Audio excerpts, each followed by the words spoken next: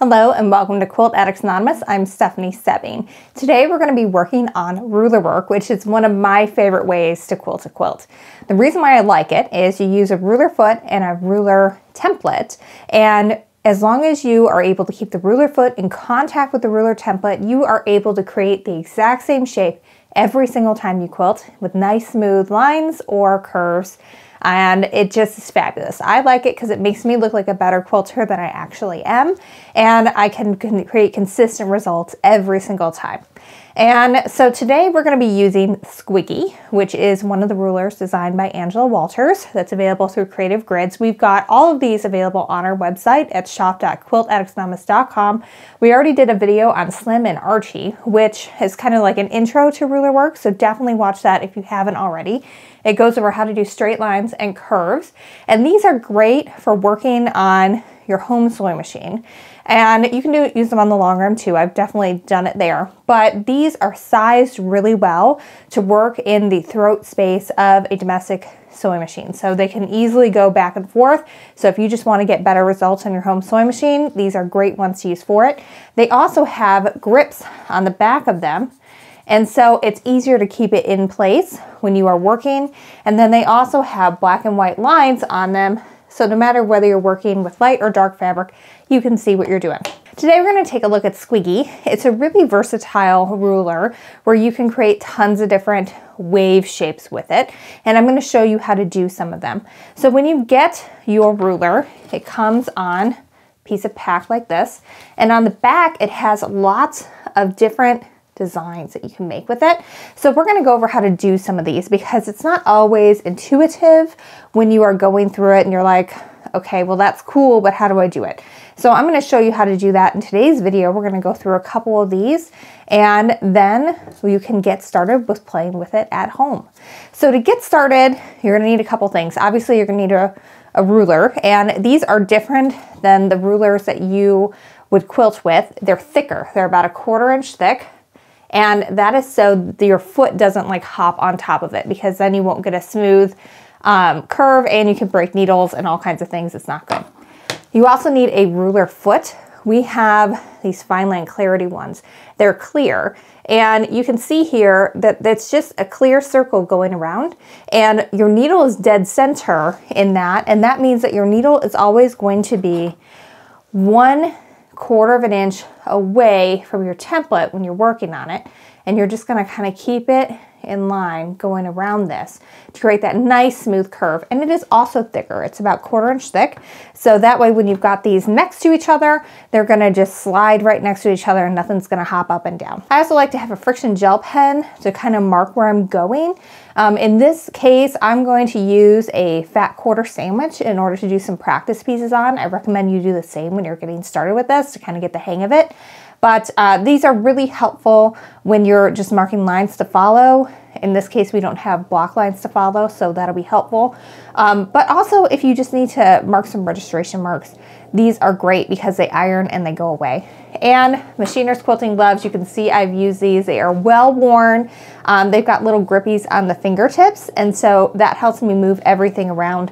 There is a huge difference in how well I can do this if I'm wearing my gloves versus not, and the answer is it's really bad if I'm not wearing those gloves. It really just helps me grip everything. And whenever I teach this class in person, we let people try the gloves on and they notice a big difference too. So if you don't have a pair of gloves, get it. It will be well worth it. Let's get started. I've already drawn a line and I stitched on that. And I like to stitch on the line. I use my Slim for that just because it kind of stabilizes your sandwich a little bit, so things aren't going to be moving and bunching around on you. In real life, if this were like a block seam, I would stitch in the ditch for that. All right, so we're just going to get used to going around this curve. So what I'm going to do here, and this is something that you have to get used to, is you are always going to be 1/4 inch away from your template, because remember, when our needle is in the center position, that it is going to be exactly 1/4 inch away from the edge of your foot.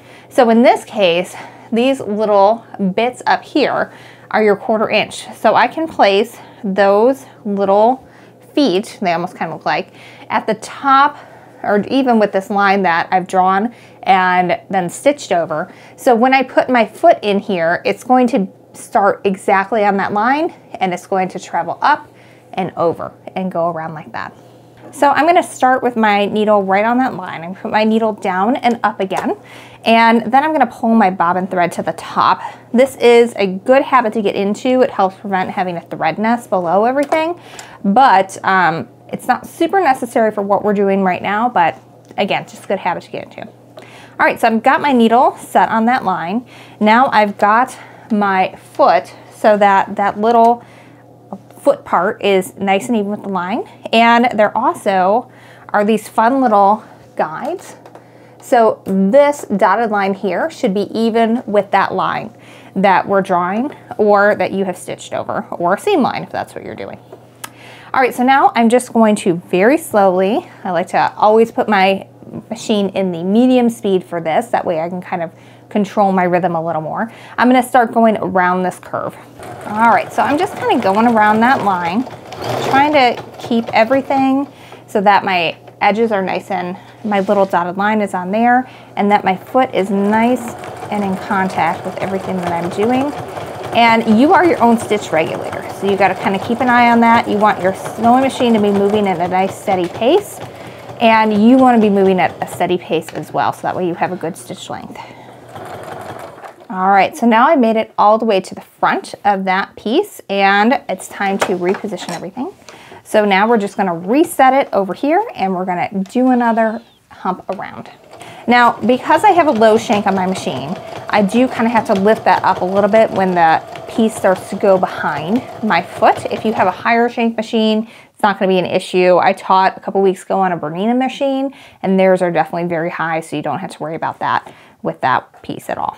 All right, so here's the point where my shank is a little bit too low for the ruler to fit under.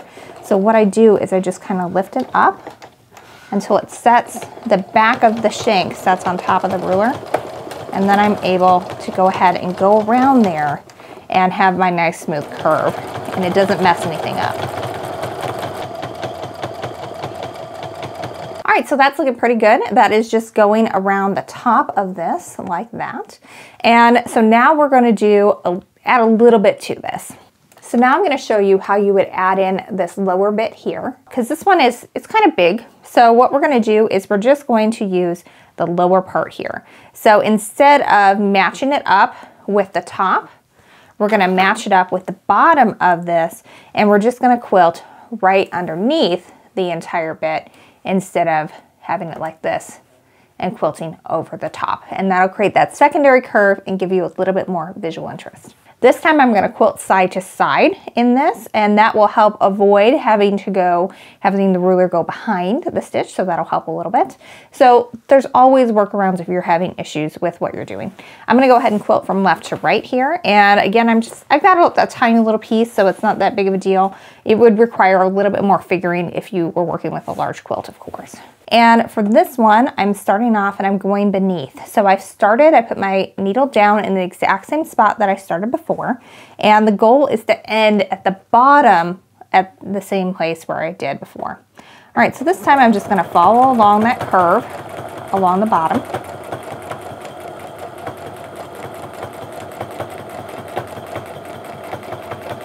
And I'm really focusing on keeping that ruler in the exact right space. And if you need to adjust, the top of the curve is a really good spot to do it. So you can kind of adjust at this point and kind of see where you're going to end up landing when you get down to the bottom. Perfect. All right, so I made it in to that center right on the line. And now we're just going to keep on going. All right, so now we've created that double line that we saw there. And it just is a nice little something, and you get the really consistent results because we're using this guide every single time. Now we're going to do a couple of the other shapes in there, some of which we won't have to deal with going back and forth because we're going to be working only on the front. So next we're going to do a border design. So we're going to work on doing this in a border. And so the first thing I'm going to do is I'm going to stitch some lines for a border. All right, so I've got my lines drawn out for a border. I've drawn it so it's a 2.5 inch border. And that way I'll be able to, remember you got to be a 1/4 inch away so my needle's gonna hit right in here. So I'll be able to stitch at the top of this down to here. Then I'm gonna stop with my needle down, and I'm going to move so that this is a 1/4 inch away and it'll be in contact with that foot. And I'm gonna use this to travel down, probably to the bottom of where that foot is. And then I'm just going to reposition it so that everything is stuck right in place again. Travel up, and then we'll just do the same thing. We'll put it in the center, and then we'll come down to the bottom. And we're just gonna repeat doing that time after time as you go down. And if you first stitch in the ditch along all those borders, then you would just be traveling along that. And I use 50-weight Aurifil thread to do this whenever I'm working on my home sewing machine. It looks great and it works great. You could also do it going the other way if you wanted it to swoop inwards, but we'll just do one side for here. And again, this one is great because you're not going to have to worry about this piece being behind your machine at all, because we're just going to be working from the front of the ruler. All right, so I pulled my bobbin thread to the top, and I'm starting on the left of those lines, and I've got sort of the tip of the curve up there. And then I have my piece over here so that that little foot is about a 1/4 inch beyond. And that is the biggest thing to get used to when you're doing ruler work, is getting used to the fact that your needle is going to be a 1/4 inch away from wherever you place that line. So that's just, once you kind of get that in your brain, it kind of sticks. So I'm just going to travel down the top of this curve.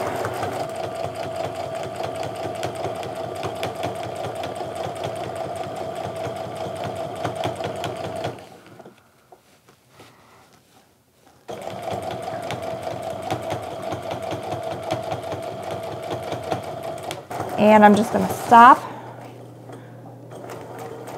right on that line. So now I've gone down here. I've stopped once I hit that little foot.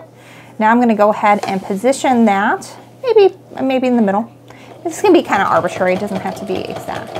So now we're just going to travel down a little bit, and then I'm going to reposition everything, and we're just going to go right back up until we hit the curve again.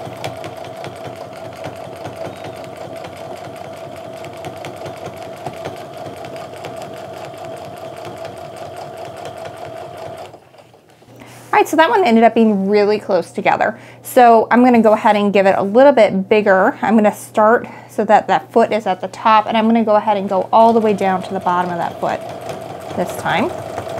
This is why it's always good to practice on an extra piece, so you can kind of get used to how you like it. You know, maybe this one is gonna be too big and I won't like the way it looks, but you know, that is just a good thing to kind of get used to and see what you like and how the texture looks. So again, I'm just following that curve down, and I'm really kind of pushing down on this ruler to make sure that it's staying in place as I'm going.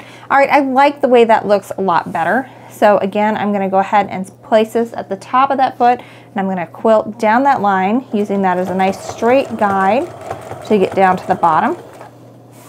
And then we're gonna repeat and go back up. And I'm just gonna repeat doing this, going back and forth on that curve all the way down my little border here. All right, so that looks pretty cool. It's just some nice waves, but they're nice and consistent and evenly spaced because of the way we worked on that. All right, so next I'm going to show you how to do this clamshell here.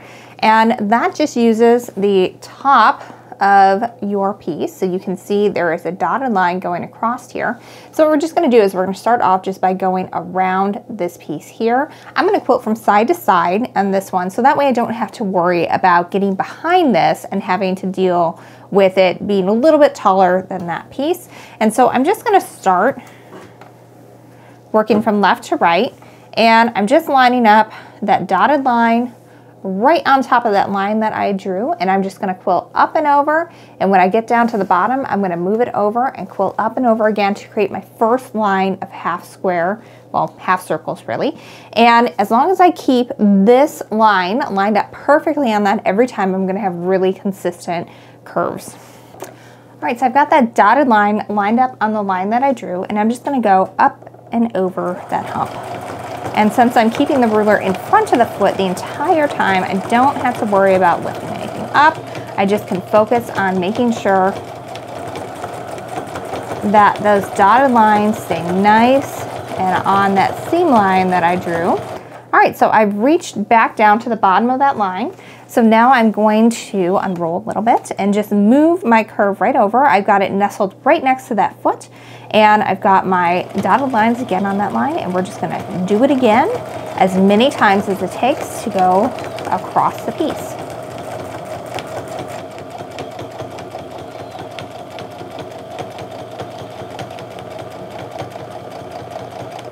So now for this part, I want to make sure that my dotted lines are going to be even with the tops of those peaks. So we're going to be quilting from point to point there and creating that honeycomb look. This would also be really cool if you're doing like feathers or something. It really is a lot of fun on the possibilities you can do with this. I'm going to go ahead because I want to fill in the whole thing. I'm going to line this up with the middle on here. That way I can kind of come to the center. And by the way, if you find out that maybe you weren't perfect going around those curves, the best place to stop and adjust if you're looking at this and like say it's going to be way over here instead of the center is when you get to the tip of here. That's when you want to make your adjustments of moving it from left to right, so that way you're going to be coming and hitting the center, because that's where people are going to notice it the least. And you just stop with your needle down. You're going to move this whichever way you need to do, so that way when your needle comes down, it's going to be right at the top of that hump in the center. So I'm getting started, just going down that hump, trying to get to the center at the top. And then when I hit the line that's at the top of that, I'm going to stop with my needle down. I'm going to reposition everything. And I've got my dotted lines lined up with the top of the first hump and the top of the second hump. And I'm just going to hold that ruler down, kind of by where those feet are. Go around.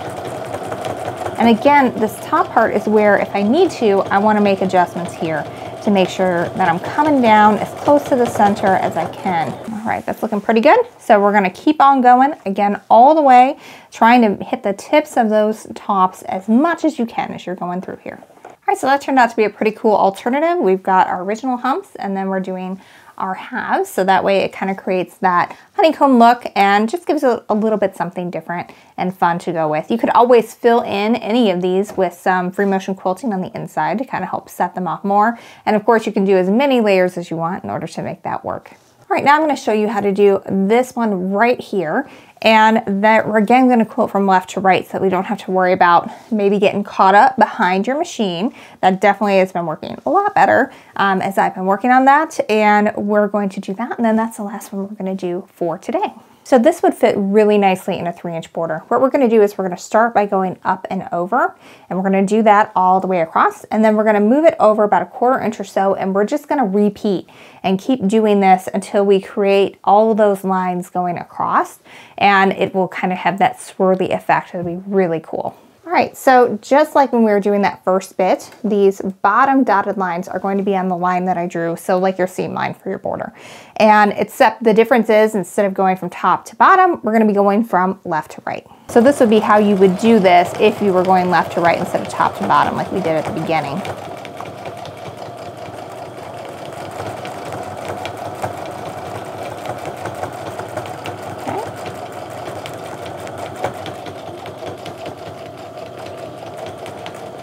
Come on down the side. And again, we're going to quilt until our piece runs into the corner of this foot here. And once that's snug in there, you're going to move it to the other side, and you're going to get it snug with the other side of that foot. Line up those dotted lines again.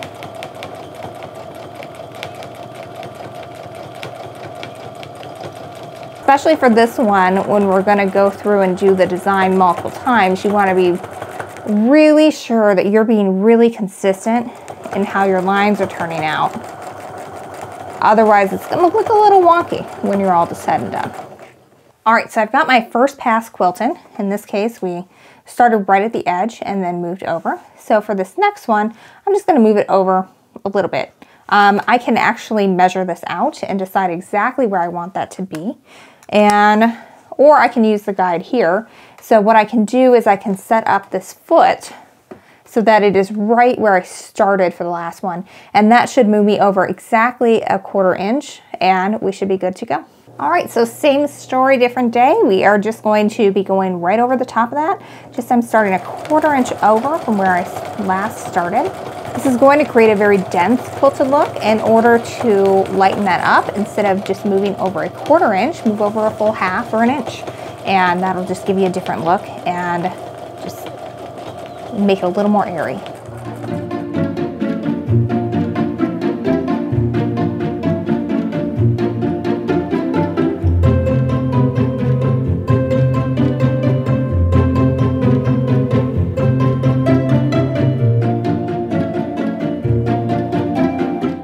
All right, so this is what it looks like when it is all done. I ended up doing 9 passes with Squiggy in order to create this much texture, and I just moved it down. So like you can see where the thread started here. When I was ready to go, I just moved it down so that the edge of my foot started where the edge of my thread was. Is it perfect every time? No, that's okay. But it creates some really cool texture. We've got some really consistent curves that otherwise you would need a computerized quilting machine in order to do. And is this the fastest way to quilt your quilt? Absolutely not. Does it create really cool designs that you can use for borders or, you know, all over to create this fun echoey here? Again, because it could be more border designs. And this one, again, uses the top and then the bottom of Squiggy and in order to do that. So there's a few designs that you can work with, 4 different ones that you can get from one tool. There's so many more than that that you can use with this, but that can get you started. It's really fun and it's a good curve to have. If you just even want to go around some curves in some straight line piecing, say you've got some squares that you want to do the curves around, you could just go around the curve and just go around like that too. You don't have to get this complicated, but there's so many fun things that you can do. The possibilities are really endless and you can create some really, really cool designs with that. So again, we've got everything you need. We've got your Squiggy, your ruler templates, your ruler feet, your gloves, and a bunch of rulers. And again, I really love these ones by Angela Walters for your home sewing machine or your long arm because they work great on both. They're small enough to be able to fit in your machine throat space and it really just be able to work really well. I definitely had more success when I was going from left to right than when I was trying to go back and forth because again on my machine, and this may not be the case with everybody's, there just isn't enough space underneath my shank in order to fit this underneath without having to lift it up and kind of set it down on there. I know that's not the case with all machines. Like I said, I taught on a Bernina a couple weeks ago and you could just go any which way and you weren't hindered by that at all. But you might just want to, if you're having issues with that, try going left to right instead of straight back and down. And that's it. So I hope you really enjoyed this. Again, we've got another Rulerwork video that kind of introduces you to them. That one uses Slim and Archie to introduce you into straight lines and curves. So I recommend watching that too. We've got it linked in the video playlist down below. And as always, if you want to give any of this a go, a great way to say thank you to us is to go ahead and get your supplies from us over at shop.quiltaddictsanonymous.com. Thanks so much and happy quilting.